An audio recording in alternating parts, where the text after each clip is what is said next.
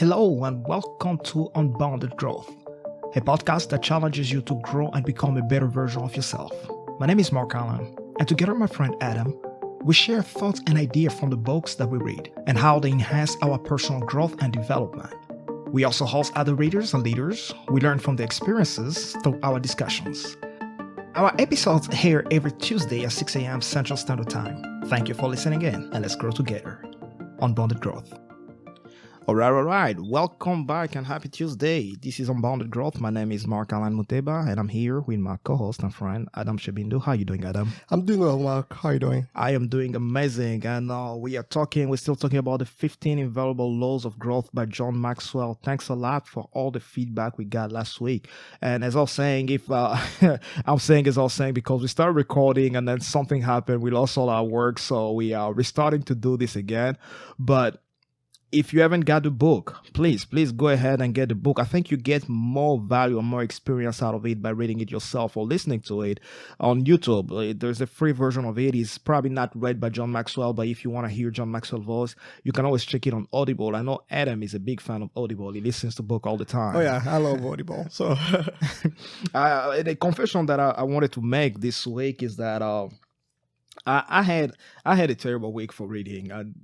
Plamedy, my wife, was preparing for an exam. Adam Blaze was endlessly crying. I mean, doing what baby do, wanting a lot of attention, a lot of cuddling and all that. So I spent a whole lot of time dealing with my family and taking care of it. So my reading this week was not as great as expected. But I'm still reading the two books that I've been reading. One of them is Tiny Habits by B.J. Fogg. And if you definitely want to combine that book with Atomic Habit by James Clear, and the other one is Mindset, Changing Your Mindset or something by Craig Rochelle. All those books talk about behavior, talk about your thoughts, your intelligence, your mind, how you can change and adapt new behaviors.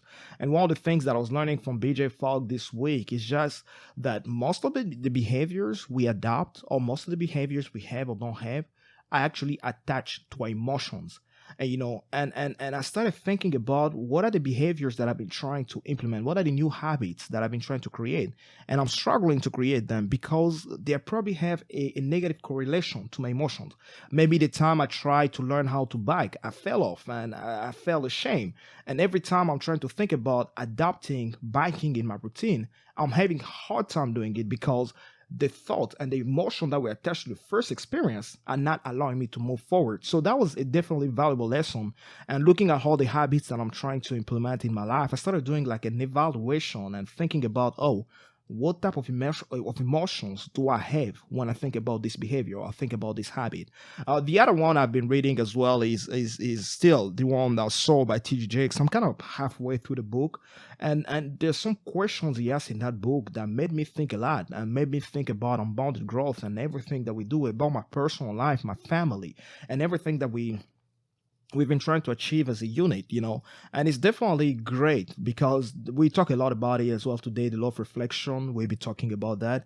And Adam, I know you've been reading this wonderful book. How has that been going? Yeah, I've been pretty consistent with that because it's a pretty big book by John A. List.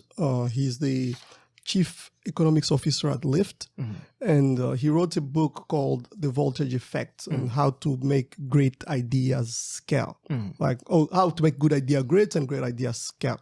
And in the book, he gives a lot of really interesting lessons, not just for business or not just for companies and ideas, but he talked about some economics principles that have a direct effect on our day-to-day life. He talked about a principle called Suncoast in chapter 7 of that book, and I'm just learning so much. It's really interesting. And with the Suncoast, he's telling a story over there.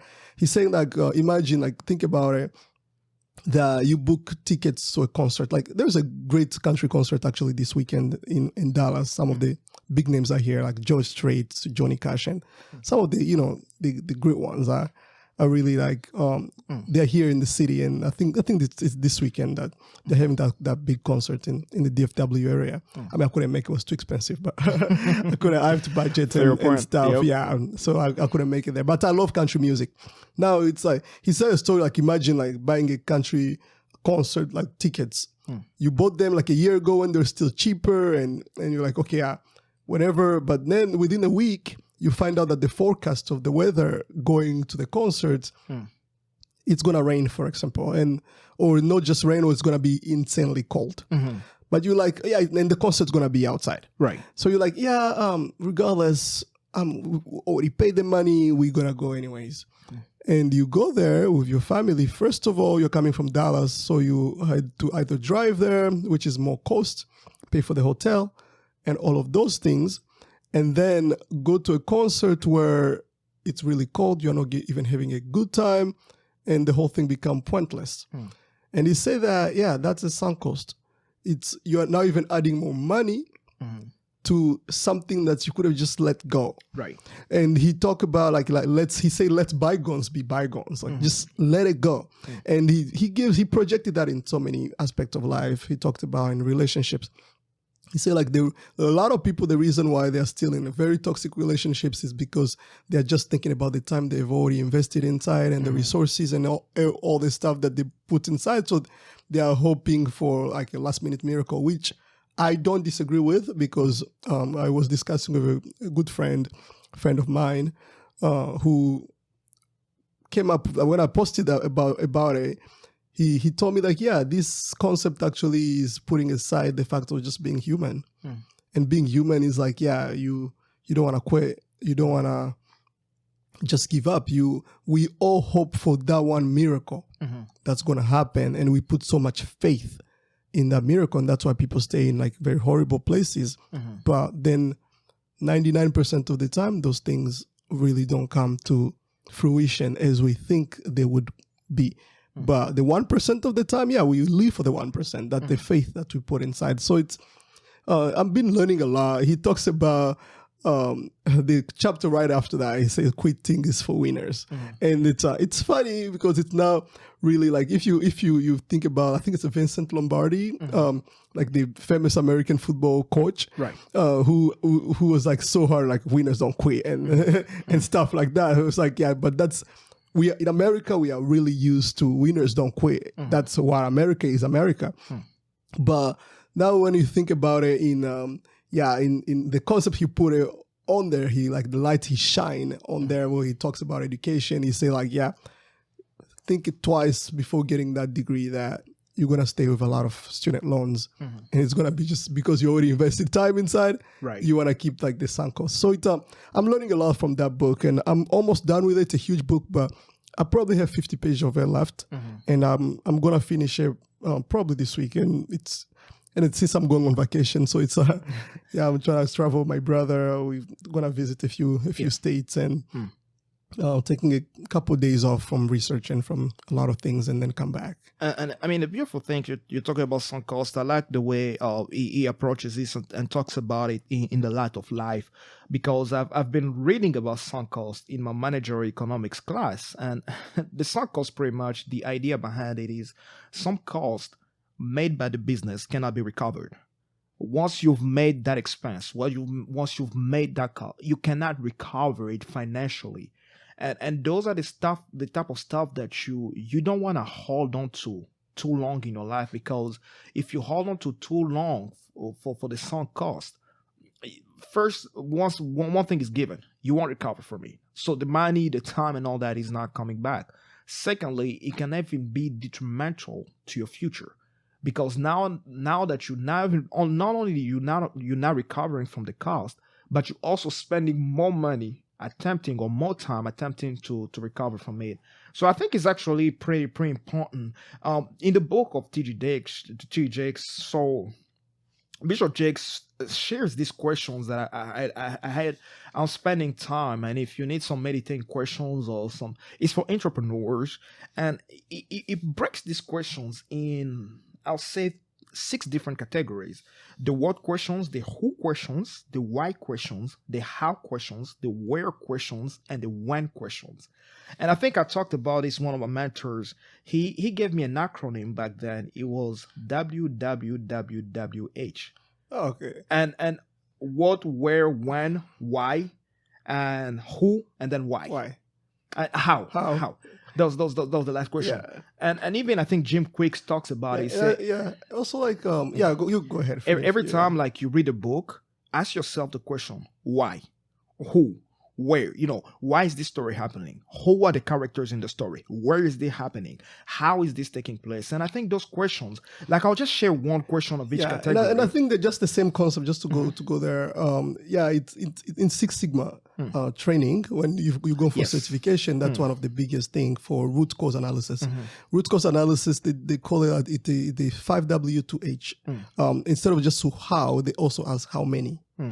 They are also add how many to that to be very like to quantify and to Precise and be all precise and measurable. So you can kind of pivot in so many ways. Right. Those questions, like, And I've always I believe in asking questions. I believe that the only way we learn is through asking questions and questioning ourselves. And we talk about it today when we talk about the law of reflection.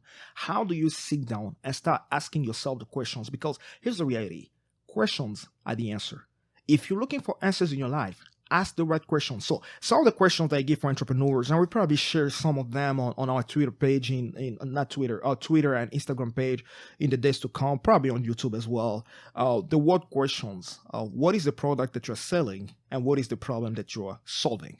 If you have a business or you're trying to start a business, the whole question is: who needs your product, and who's the ideal customer for your product? Then the why question only asks, why do people need your product or service? Or why should they buy it from you instead of buying it from another competitor? The how questions, he asks, how will you operate your business? And how will you handle production and distribution? The where question is, where are you going to sell your product? What is your target audience? What are the people that need your program? Where is your business going to be located? Some business we do great in Salt Lake, some we not. Some business we do great in South Dallas, some we not. Where are those programs? And if you're not living in DFW area, South Lake is like the wealthy part of DFW, Caucasian, wealthy and all that. South Dallas is more ghetto, type of place. And some people have made millions of dollars setting their Absolutely. business in South Dallas. And some people have made millions of dollars setting their business in South Lake. And the opposite effect has also happened where people went to South Dallas, went broke, or went to South Lake, went broke. So it's important to know where your business will be located. And then the timing. When will your business start? What is it that you need to do? And for what specific season and date makes sense? If you want to sell, for example, quotes, like cold quotes, you don't want to do it in Texas in June or July. Yeah, your business definitely. is you're going out of business because it's not the right time. When? So those are some of the questions that you wanna ask yourself about your business. People are big about writing business plans. It's important to have a business plan. Of course, some investors will only invest in your business once they see a business plan. But before you even get into a business plan or all that, ask yourself the question: why am I doing this? Being an entrepreneur is not easy. You have your challenges. One of the jokes I've seen about entrepreneurship is that you quit 9 to 5 so you can work 9 to 9. You pretty much put in more time. You put in more time. You put in more effort. You put in more that. And sometimes for a smaller salary. No salary at all. And sometimes no salary at all, or smaller profits. Sometimes in the short run, sometimes in the long run. So whatever is it that you want to do, is it worth your time and the investment? And having said that, moving into law number 4, the law of reflection. This law is one of those laws that made me think a lot, or made me buy another book by John Maxwell. And the title of that book was Think for a Change. In that book, John Maxwell talks about something that he mentions in this book, that all of us, we need a place and a time to reflect on our lives, to reflect on the decisions that we are making. And the subtitle of this law says that learning to pause allows growth to catch up with us. Following an effective action with quiet reflection, from quiet reflection we come more effective action. If you're the type of person like I am, you are go, go, go, go. You never take time to think and pause. Sometimes it's not about banging your head against the wrong door. Banging your head against this door, if you bang against it long enough, it's going to open up. Sometimes you're just banging your hand against the wrong door. And you probably need to switch doors. And in order for you to see that, sometimes you need to step back and reflect.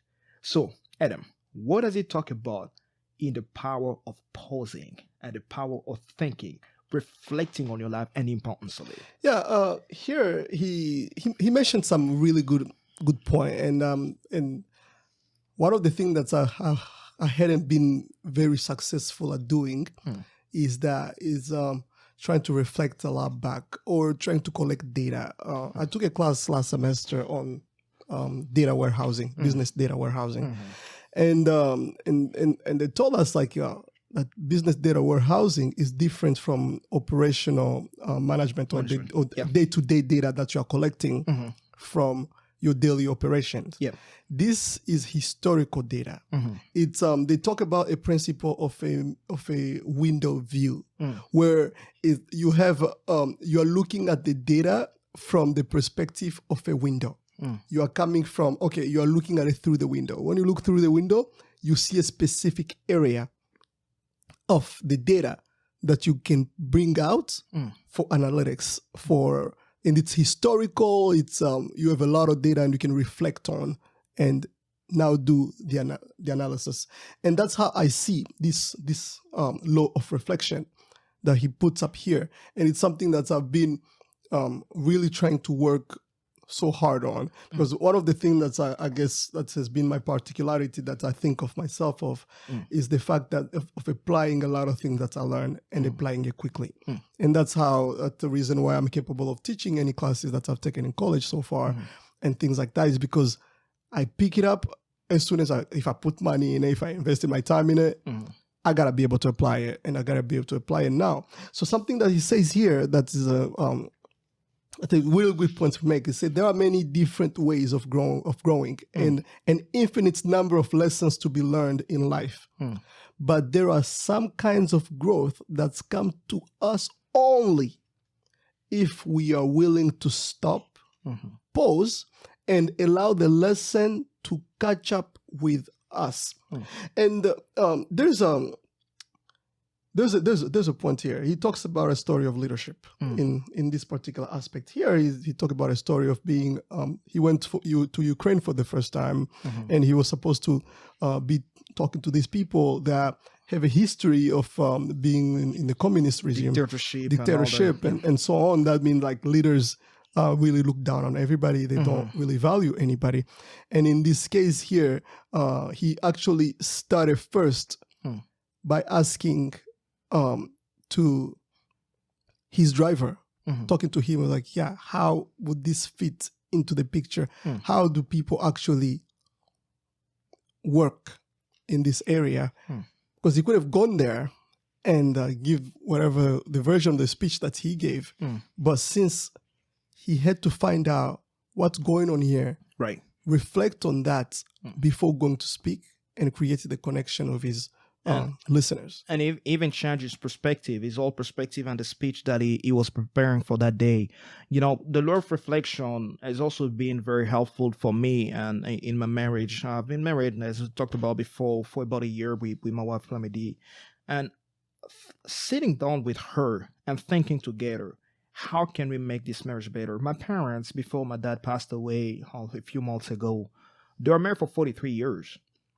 And you think it's given. You think it's 43 years of all roses and beautiful stuff. But you quickly realize a year into marriage, like, okay, we are one. How are we making it to 43? How are we going all the way to 50? It's only when you start reflecting and thinking about your life, when you start thinking about your relationship, when you start thinking about when your wife tells you something that you don't want to hear, but it's the truth. You know, and do you choose to just move away from that, or do you choose to actually sit down and reflect with it? Now, the law of reflection is important because some progress cannot be made in life until we sit down and reflect. We're talking about entrepreneurship and business. Sometimes you're in business, you don't even know why you're in business in the first place. Exactly. You don't even know who's your target market in the first place. And you can stay in that business for 15 years. You can make a survival and live there for 15 years, 20 years. But if you take time to reflect and really think about, is this what you want to do?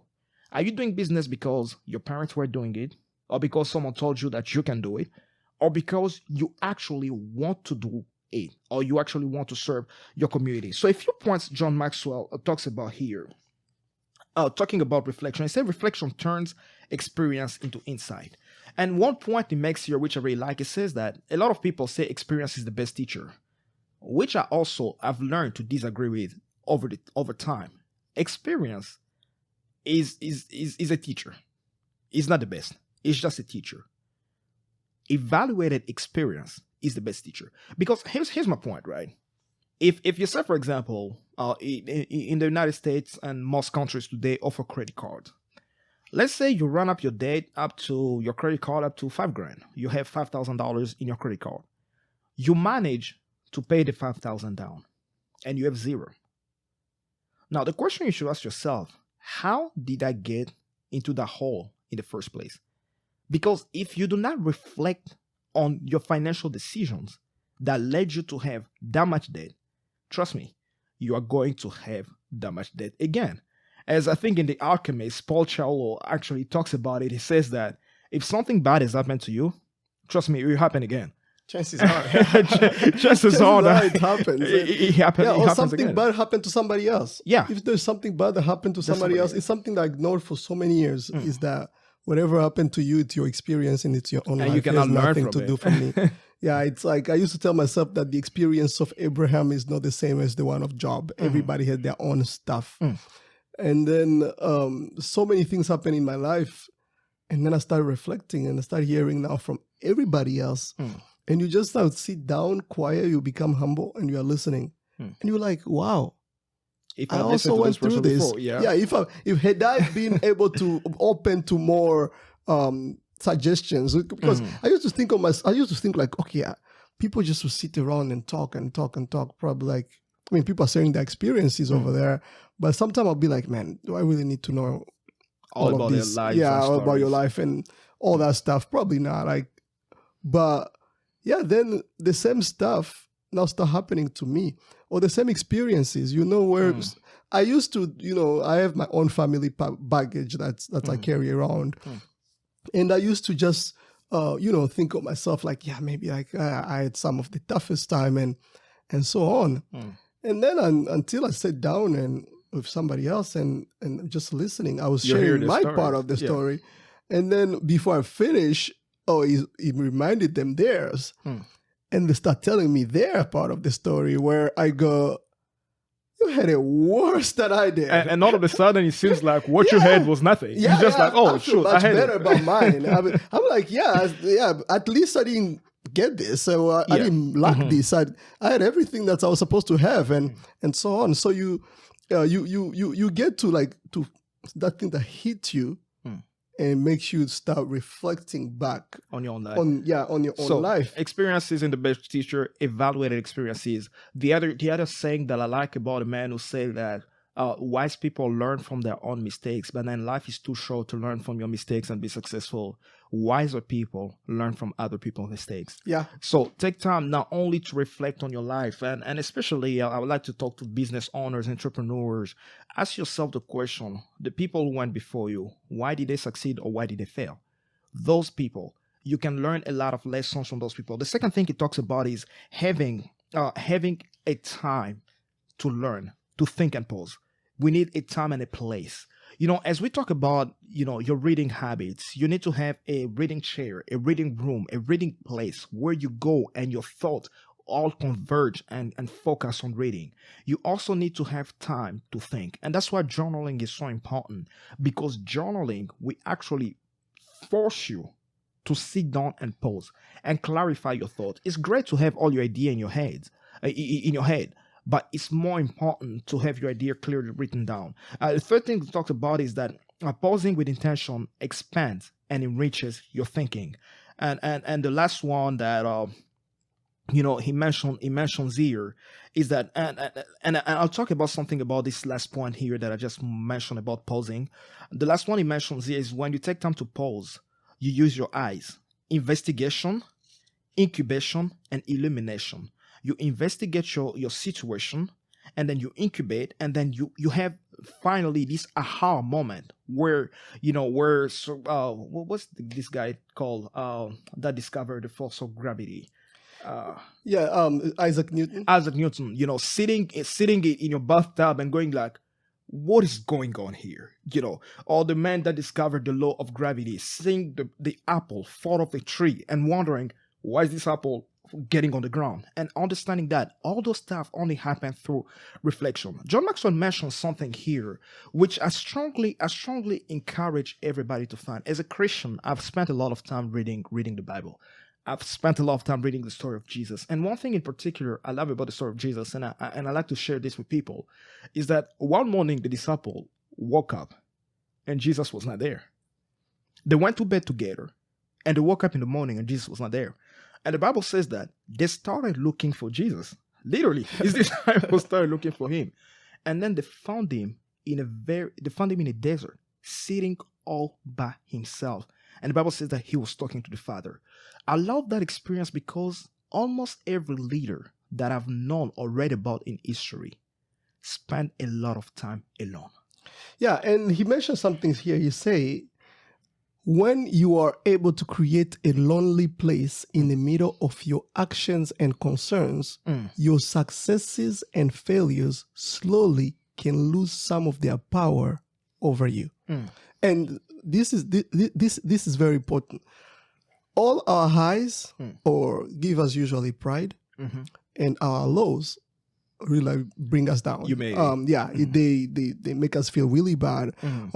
But sometimes you just go back to just being a person by yourself, to yourself, and just start questioning yourself, like telling yourself, like, who was I yesterday? Like, for example, the situation that's happening right now in the world, like all the inflation and all the issues and problems in the world that we'll be facing, and all of us are experiencing those. And you take a step back and like, okay, this thing or this scenario, have I lived through this before? Have I experienced a very similar thing? Pattern or situation. Pattern. Has it ever happened to anybody else? Am I unique? Am I the only person this is happening to? So all of those questions, and sometimes they just transcend our existence and just our who we are, like a human, like a one person. You just find yourself just a part of something greater and bigger after you start reflecting to your failures and reflecting to your successes. So one thing that's actually that I've applied for several years now, and for me, my failures haunt me big time. In school, I remember the details of the question that I failed in the national exam in Congo in high school. Examen d'état for people who know it's in French. I failed one question in math. That thing haunted me until now. Actually, I still remember the details of that question. The same thing as the one in physics. Actually, the one in physics that I failed, it stayed in my mind for so long. And I kept reflecting on it. How did I fail? Was I just not good enough? Was I just like, I prepared for so many days, but actually, I prepared for that exam for 10 months. How come after 10 months of preparation, such a question could just slip? I couldn't solve that question until third year into undergrad. I was taking a course on dynamics. That's in mechanical engineering. And that's when I was actually able to solve it. That's when I could actually sit and be like, okay, yeah. But now, something that I'm actually learning is reflecting on my successes. Because one of the things that I was even at Bora, is we walk through things. We had a meeting on Saturday, and on the Saturday meetings, I asked everybody to try to give us a reflection. What are the events that we've been organizing? What have we been really great at? We need to collect all those data. Well, a lot of those data are very qualitative data, right? So we need to really start ranking those data, piling it up, what worked and what didn't work, what we need to improve in such a way that we can reflect back to those and we won't just close a chapter and move on to the next chapter and try to repeat the same mistakes or having the same issues. And until, like what I always say, that I would always reflect on an issue or a problem until it's solved and it's completely in the past. I will reflect. I will go face it until it's there. It's in the past, and I cannot have it on my mind anymore. And just make sure it's not a Suncoast. Oh yeah, that's if that problem is a Suncoast, you definitely want to move on. One thing that I've learned very, very recently, facing that is that there are things that you stay nostalgic about, especially when it comes to relationships. Right? You stay nostalgic. It's something that that relationships have been over completely, and you're not going back to that. You have moved on. You're really like in a better place. But then you get very nostalgic. You start reflecting on things. You start asking like, was I a bad person? Was I all of those things? And they kind of just start drawing you back to the situation you used to be before, because now you're nostalgic. You have to adapt to a new situation, and a previous situation, you still have the emotional attachments to that. And something that I learned is to be able to actually face the issues. Have a conversation with whoever the person is. Let's say it's bugging you. Like say you ended a relationship, or you go to somebody and you're not good with them anymore, but you are reproaching yourself for whatever it is or anything. Right. What I would recommend is to go back to that person or go back to that place, actually. Not with the idea of mending. Because if you're trying to mend and trying to fix and then it becomes a sunk cost. Right. Here, you go there with the objective. People call it closure, I guess, or try to heal or try to just put it behind you. You go and have a talk with the person. You have a conversation with them. And after you have, spent considerable amount of time talking with them and realizing how much you don't miss talking with them or how much you don't miss spending time with them, then you're ready to move on. So you kind of when you reflect, you actually face your demons, I guess what people say, or face your challenges and face your issues personally and intentionally. Whenever you're done with that, then at that time you are ready to actually move on to the next step. And it's very important to do that. And of course, you want to make sure that you're safe. If the person was an abusing person, threatening to kill you and all that, you don't want to go talk to them again. But at the same time, one question that you may want to use when you're doing your reflection is, what is my part of the responsibility? What is my responsibility in this, right? What did I allow in this situation, in this relationship, in this job, or whatever it is? Just think about what is your responsibility. Because most of the times, one thing I've noticed with a lot of us, we tend to reject responsibility to other people. It's the way my parents raised me. It's the way, my boss talked to me. It's the way my teacher or my colleagues treated me. But what is your part of the responsibility? And that's one of the things. So it talks about a few questions here, and we're going to go through them quickly and move on to the next law. When you're talking about reflection, maybe ask yourself, what is my biggest asset? What is the biggest thing that you have to offer? Then the second one is, what is my biggest liability? The third one, it talks about what is my highest high. The fourth one, it talks about what is my lowest low. And again, these questions, don't just listen to them and move on with life. We would definitely love you to sit down and reflect on these questions and think about them and think about how they can help you. Now, the fifth one, it talks about what is my most worthwhile emotion. The sixth one is, what is my least worthwhile emotion? And emotions are very, very important. I think Adam was talking about how the sociology, the business, the economics, the emotional state in economics. The behavioral economics. There we go. Behavioral economics. And when you talk about behavior are always attached to emotions. And that's why you see something like 2008 happen, where everybody panics and everybody takes the same decision, and nobody expects that the whole world we move into that decision. So what is my best habit? That would be the seventh question. What is my worst habit? 8, and then 9 and 10 would be, what is most fulfilling to me? And Adam and I were having a conversation about, if you are wanting to pursue a PhD, does that fulfill you? Do you actually want to do it? Because here's the reality: whether it's a PhD or a degree that you want to pursue, it's a commitment. It's a commitment for 3, 4 years, 5 years, maybe more than that. Are you ready to take on a risk like that? And the last one, what do I prize most highly? What is the most important thing in your life that you give a lot of value to? And I think the more you reflect on these questions, and these are not just questions you reflect on the fly. These are just not questions you reflect on while you're driving or while you're thinking. You definitely want to spend time, because I believe that the only way, or one of the ways that we improve our lives, is by thinking about our lives, by reflecting. And I encourage you, try to do that daily. Try to have daily. I read or heard something this week that baffled my mind. I'm 30 years old, and I thought about this deeply. This professor said, most of us, by the time we are 35, everything we do, 90% of everything we do, is a set of repetitions and routine that we've learned over the years. Like, your brain is no longer thinking. Pretty much, people stop actually learning. Your learning curve goes flat. And that's why, just a point here, I was speaking at an event a couple years ago. That was like several years ago, probably 2018, 2019. I was in grad school. And I was talking to a group of African community, and this was like a Pan-African group.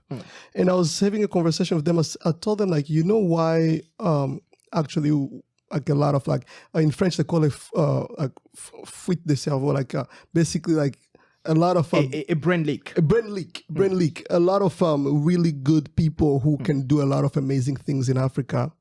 All of them are in the West. And as I was having that conversation with them, I was just speaking to them, and I was telling them that some of the most productive time that we have in our life, they're between like 20 and 30. So if you want to invest in Africa, if you want to really go work and change the things in Africa, make sure that you are doing it between 20 and 30. What happened after you're 30? After you're 30, a lot of people want to get married. A lot of people want to settle down. A lot of people want to start a family. Now, okay, so you start telling yourself, okay, now that the idea of investment or those brilliant ideas you had when you were in your 20s that you were supposed to go apply in Africa, America knows correctly that, okay, they need a lot of people who are highly talented to stay here. So America, they will give you everything you need. I'm here. I'm very comfortable pretty much in being in America. I live the best life I can, I guess, compared to my peers who I went to school with in Congo. So they keep you here. You stay here, you're not investing, you're not doing anything, you're not even making anything forward. Now, you left Congo, what, 10 years ago, 15? When you're 35, probably you left Congo like 15, 20 years. Yeah. For most people. Yeah, for most people. And then the Congo that was 20 years ago is probably not the same Congo that is today. Things have changed. Like, for example, let me talk to actually higher generation with people like a lot older, right? People who left Congo in the 90s, where it was still President Mobutu and so on. The country was a little bit more or less organized compared to how it is today.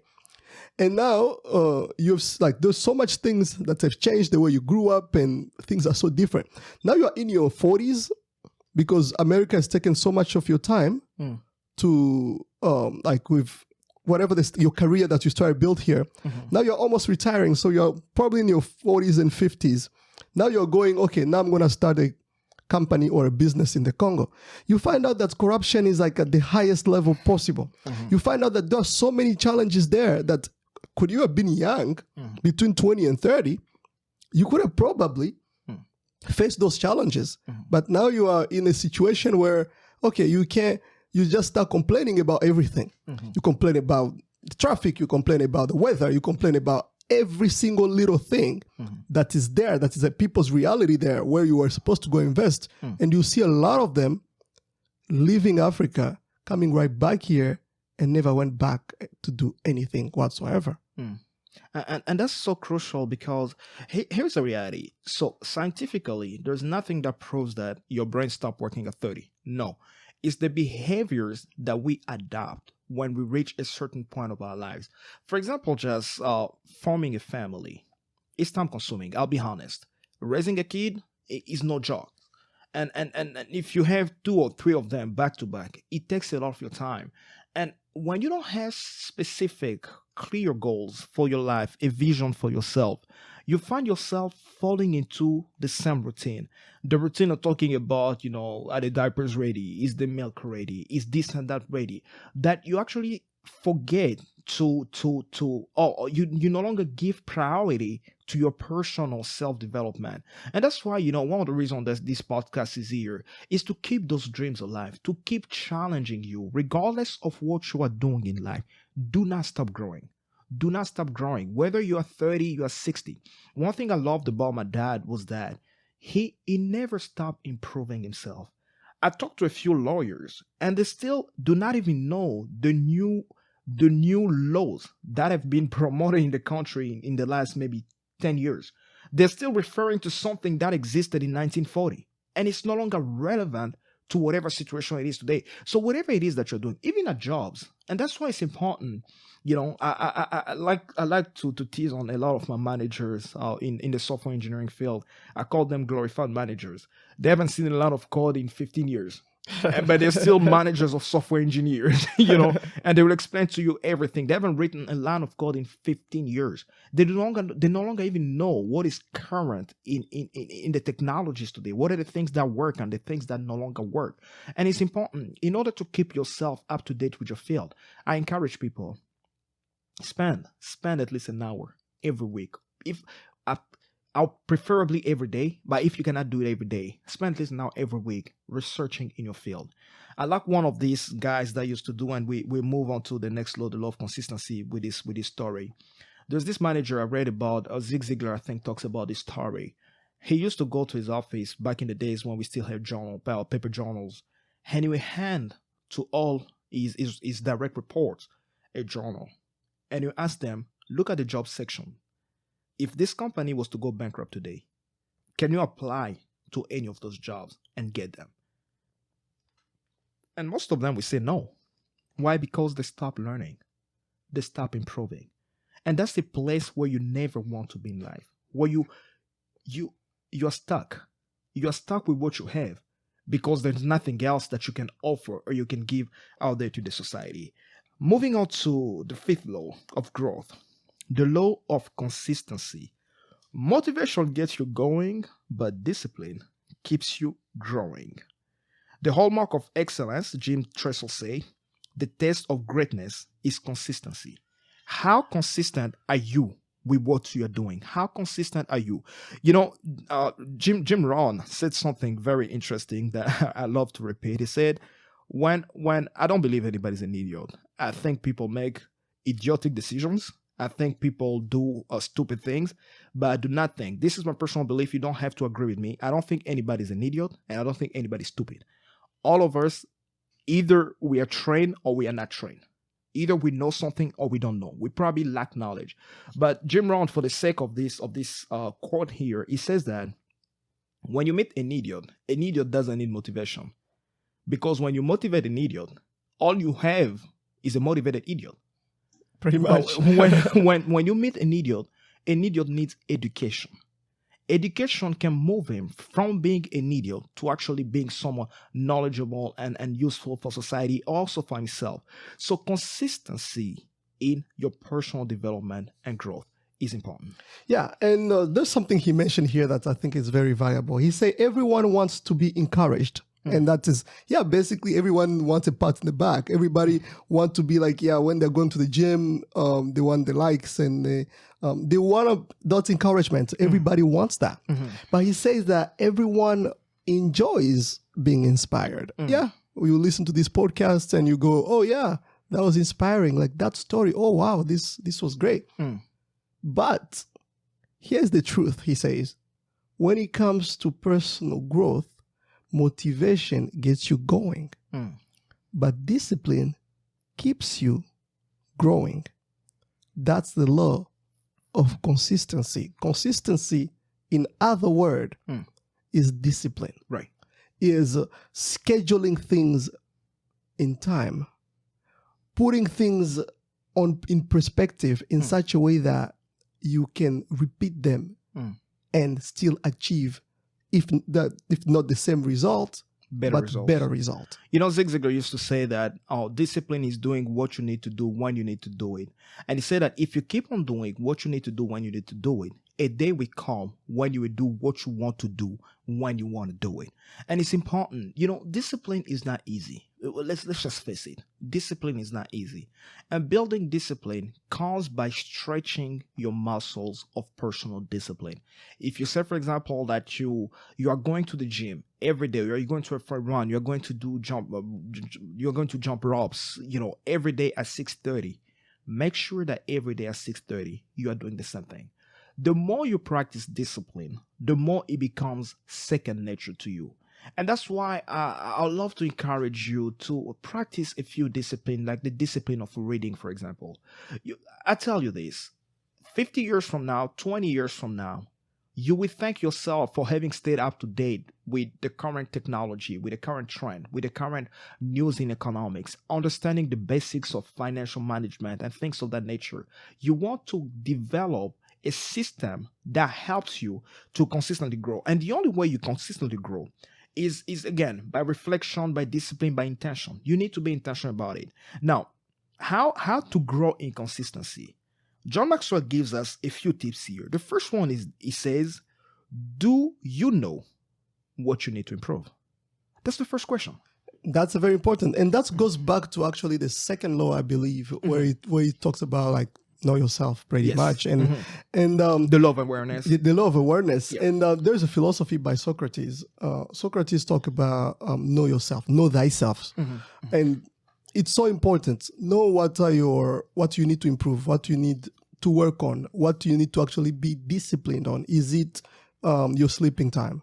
Like that was for me. Sleeping time was so important. Even right now, it's actually again messed up. So I'm hoping that this week, I'm gonna since I'm moving into a new apartment and I'll have a lot more space. My time gonna be more organized, and my things gonna be a lot more organized.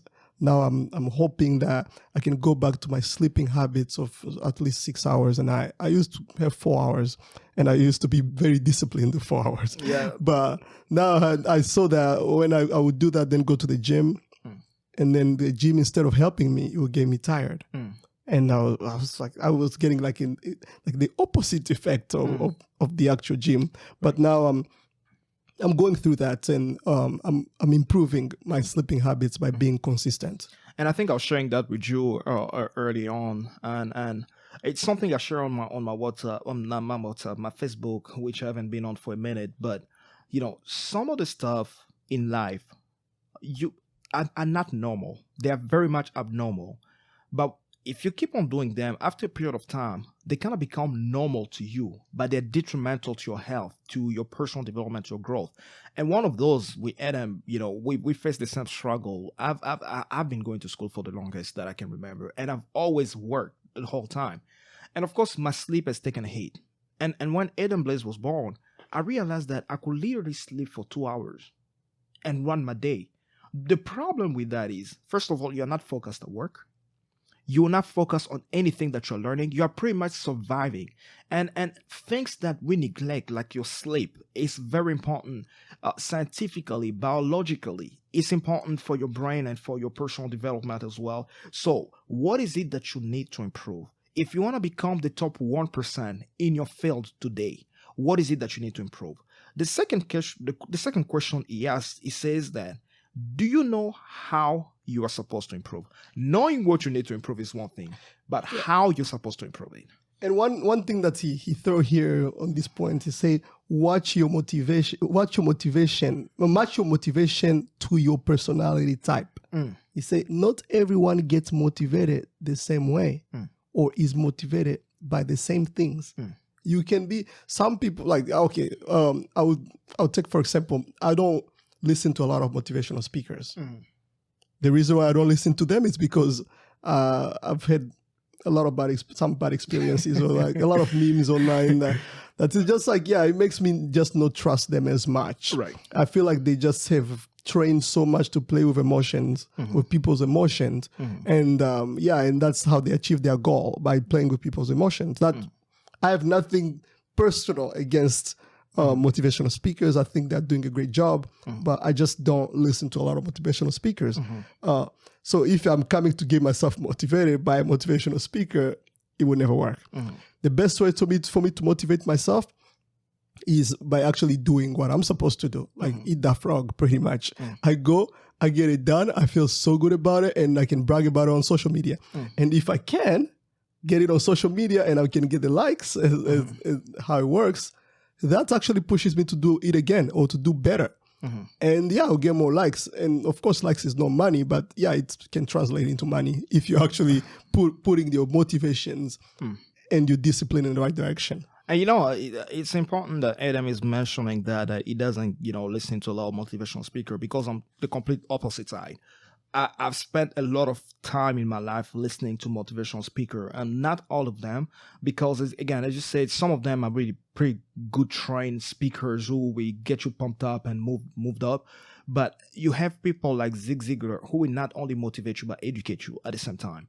And the simple fact that I spent a lot of time listening to them changed the narrative and the story that I was telling myself. Listening to sometimes motivational speaking allows you as well to change your paradigm, especially if your story is different. If, for example, you place a low value on yourself, sometimes, listening to someone tells you you can't do it, you'll do it. As a matter of fact, I remember one time I was listening to motivational speakers, Zig Ziglar in particular, before I hit the gym. Just hey, listening to him like, hey, listen, you got this, you can do this, and over time, it changed the paradigm or the story that I was telling myself with time, allowing me to do the things that I wanted to do. The point I was trying to make there is not to come in opposition with Adam. We disagree, but we agree. We agree to disagree sometimes. And the point I'm trying to make is we all have different ways to get ourselves motivated, and you need to figure out what exactly gets you motivated. BJ Fogg, in his book Tiny Habits that I've been reading for a few weeks now, he talks about this simple formula about adapting new behaviors. He said B equals MAP. And B equals MAP meaning that behavior equals motivation, ability, and prompt. What motivates you to do whatever new behavior that you need to do? And do you have the ability to do it? You can be motivated all you want. Let me tell you something, man. You can motivate me all you want to play American football. I'm not going to do it because I don't have the ability to do it right now. And that's where education comes into play, because yes, you are motivated to do it. Do you have the ability to do it? And once you figure out the ability, the third thing that BJ Fogg talks about is prompt. Now, the third question that John Maxwell asks here is, do you know why you want to keep improving? And that is very important, actually, because that is what's going to create the consistency. Answering the question why. Why am I getting a PhD? Why am I here? What's the point of me keeping this job? Is it just because of the money, or there's something else? And the answer to this question, actually, and I always argue with my friends a lot when it comes to the question of marriage, the type of person that I would like to marry. I always say that I want to marry somebody who is offering something bigger than the two of us. So something that transcends both of us. Like, you have something you stand for, something that keeps you going, that is not just, okay, because you love me, because I love you. It's something bigger. We want to change the world, for example. How can I be with a person who, I want to change the world, how can I be with a person who doesn't want to change the world, for example? Those are just a few things. But in the perspective, when it comes to consistency and motivation and something bigger and answering the question why. There's a guy who wrote the book, I think his name is Justin. He wrote a book called Your Why Matters Now. And I think Simon Sinek also talks about Start With Why, also a wonderful book. Yeah. So it's very important, your why. Why is what's going to keep you consistent. Why is what you actually going to keep you moving. Like, for example, there's like this kind of like, it's a riddle, basically, like where, I mean, in the back, everything is burning. Your why is because you're running away from the heat or from the fire. So you keep running and you stay consistent at your pace because you don't want to get caught. That can be one incentive, but you got to know what is your why. And John Maxwell talks about something else here. He says that, do you know when you are supposed to improve? When you're supposed to improve. People do not know, it says something here that I really like. And this book also talks a lot about habits. It says this, that people do not decide their future. People decide their habits, and their habits decide their future. If you I always tell people tell me, oh, I eat a lot, I cannot gain weight. I'm like, okay, I'll put you on a McDonald's diet for the next 6 months or the next year, and tell me if you still cannot gain weight. Because the habits that you create in your body, in your health, the way you're handling what you're putting inside of you, will determine what your body will look like in the next 20 years, what your body will look like in the next 6 months, in the next 10 years. So if you want to have a healthy body, then check your input, check what you're eating. If you want to have healthy thoughts, then check what you're inputting into your mind every day. One of the advice I tell you, don't watch the news like first thing in the morning. Like, find something else to do. Don't listen to the radio like first thing in the morning. There's usually a bad news. There's always. No, they call it breaking news. Exactly. Yeah, that's the whole point. It's like, it's supposed to like literally break it down. Break you. Yeah. So one thing, and I think we will have to finish to end at the fifth law here.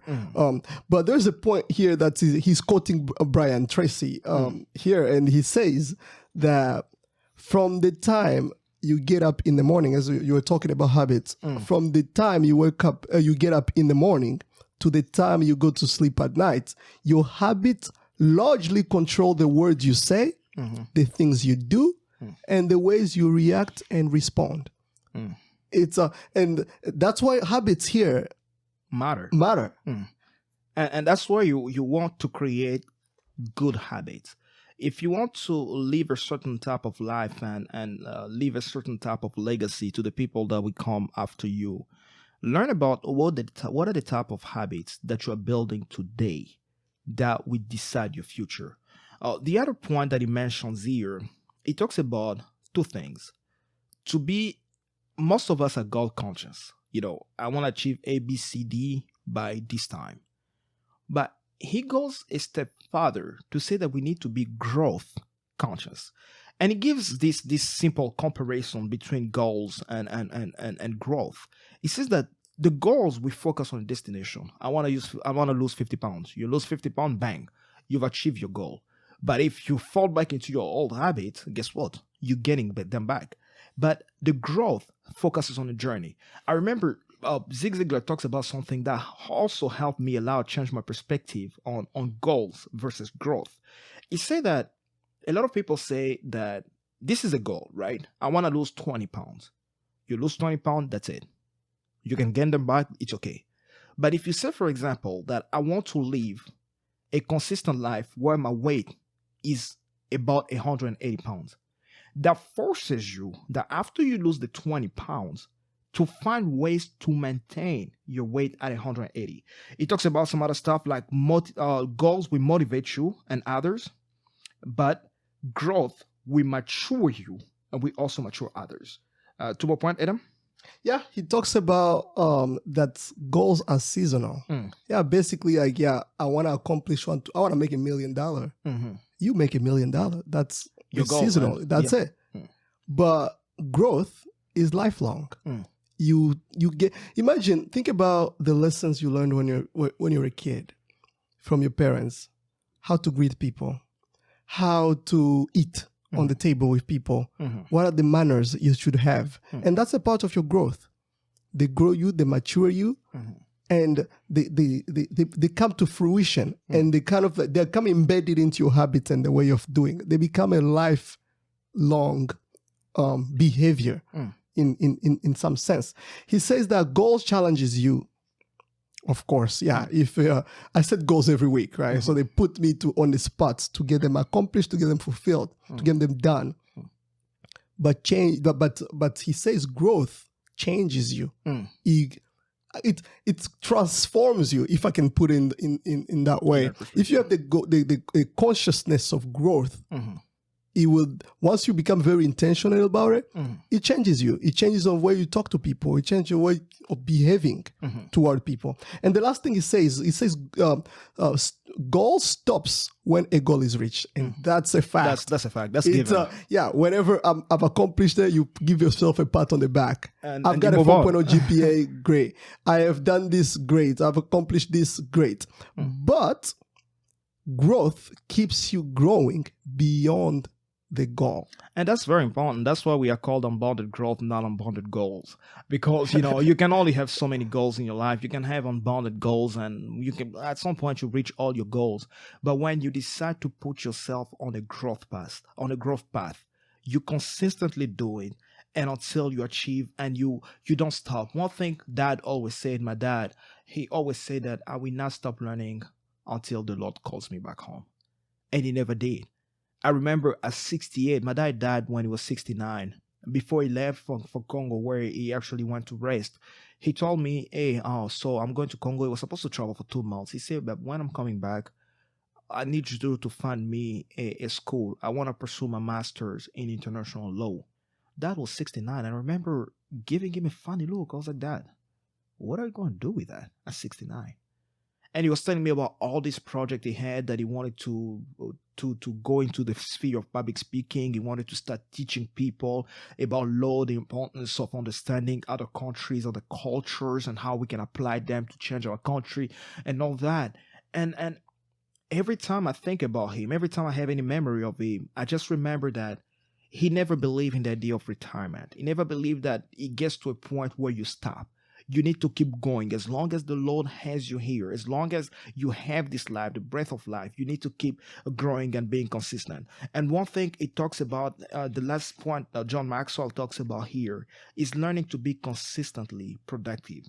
There's a quote that he says here that actually drove me and still drives me.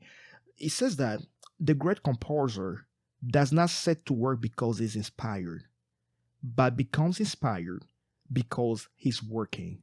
And I think that's Beethoven, Mozart, and all the people that Michael Jordan, Barack Obama, or all these people, every one of them, that every single one of them did not become who they became because they were inspired. No, inspiration sometimes catches up with you when you are doing it. You want to become a writer? Write every day. Yeah, absolutely. That it helps really. It does help to move, and I think Dr. Donna Johnson Mikey always tells this story. It's like, when they give you homework, you don't need to solve it the same day, but you need to start, because we don't become great by waiting.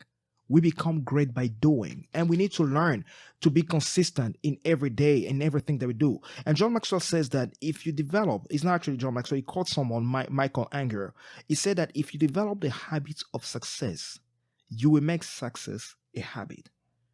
So my question to you, Adam, before we finish up here, we're already on top of the hour. We continue with a 6th law, or maybe see we can cover 3 laws again next week. We're only able to cover 2 today. But my question to you is, what are the habits that you need to develop to be successful at what you are doing right now? Whether you want to be a social media YouTuber, a social media mogul, or whatever you call it, whether you want to be an entrepreneur, you want to be the best of your class, you want to be the best in your family, or whatever it is that you consider the best, which I don't encourage people to compare themselves to others. I always encourage people to be the best, to be a better you every day. If you're better you every day, to me, you are more successful than if you're trying to be the best you're trying to be better than someone else. Just be a better you every day. But what are the habits that you need to build today in order for you to become the person you want to be tomorrow? And that's the idea of growth, because the growth, when it's instilled in you, it becomes a habit. All choices that you make, from reading to watching, even documentaries actually helped me grow, to even the habit of picking movies, which type of movies I watch. It makes me grow. Yeah. I find myself a lot watching movies like that based on true stories. I don't just watch because of watching. Yeah, I watch. Yeah. The more people they kill in a movie, the better I feel.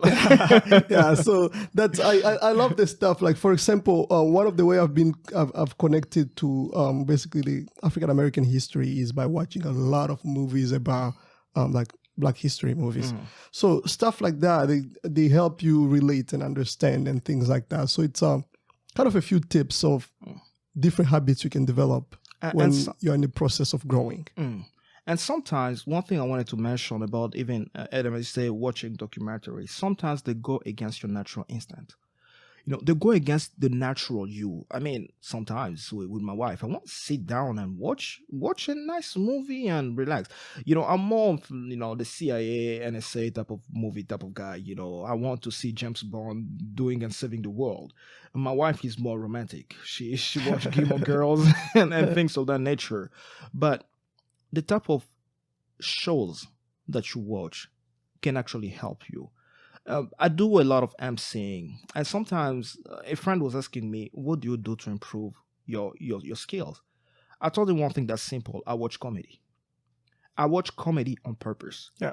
And I believe comedians are about the best public speakers there is out there. They know how to captivate their audience. Yeah. They know how to capture the attention of the people. And that's one thing I do. I don't watch comedy just for the sake of watching comedy. No. I watch comedy thinking to myself, what is the skill that I can pick from this person?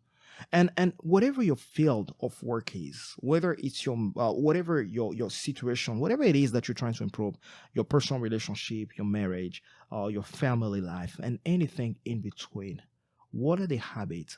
Take a time to write down the habits that you need to develop. Eventually, in the future, we talk about Tiny Habits by BJ Fogg and teach you, share with you maybe, not teach you pretty much, is learning from what we've been learning from BJ Fogg and James Clear. And what are the skills? How can you develop new habits? How can you attach good emotions to the habits that you're trying to develop? And as John Maxwell said, or maybe Michael Anger, that you want to be successful, develop the habit of successful people. You want to be the best at what you do in your own personal sphere of world. You want to improve your skills. Look at what the people who are like what you want to be are doing. Are they reading more? Then read more. Are they practicing more? Then practice more. Are they praying more? Then pray more. Look at what are the habits that those people that you admire have. Learn from them. And one of the best ways to learn about the lives of the people you admire, read their biographies. Read the stories of their lives and see what are the things that have helped them become who they became and help them achieve what they achieve. Ladies and gentlemen, it's with that we'll be ending today.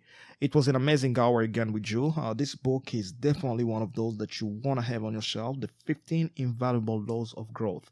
And actually, John Maxwell recommends as well some questions, how well do you know those laws?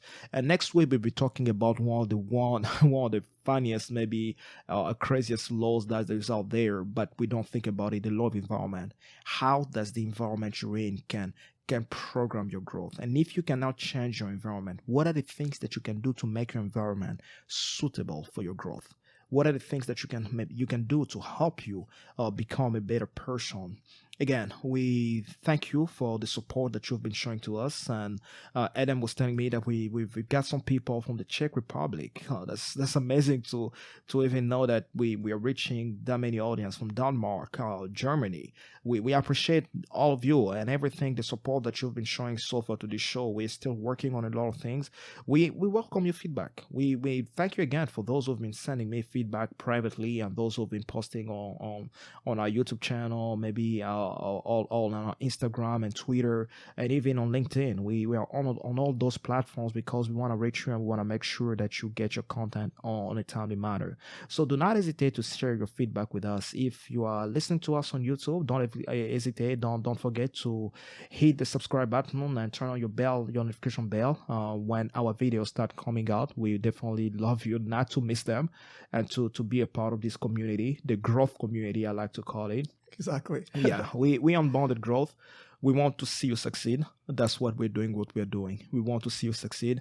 And if you have a story, a testimony that you want to share with us, we'll be happy to hear your voice, to put your voice here, telling us about how this podcast has been impacting your life. Again, our school is starting back up in Congo. Bora Technology is doing an amazing job there with a vacation camp. If you want to sponsor a child, you want to see the life of a child change because of the investment that you're making in them, the vacation camp is only $125. Most people here in the US can afford it to send a child, and even if you want to continue to support us, to support the educational children, there's actually 3 children that we are sponsoring for their two of them are in elementary school, and one of them is in high school. And you may be wondering, why do we need to pay for students to go to school? If you're not from a Congolese culture, you may not understand this, but actually education cost in Congo, Definitely. it's not free that you go to public school. Even public school will cost you money. So any donation that you give toward Unbounded Growth at this moment goes 100% towards those kids that we want to support, that we want to see successful in life. Again, thank you for listening in. Adam, anything? Oh, no, that's all for me. Thank you. All right. If we don't have anything else, we are so glad that you came in, and we pray that God will bless you and have an amazing week. Bye-bye.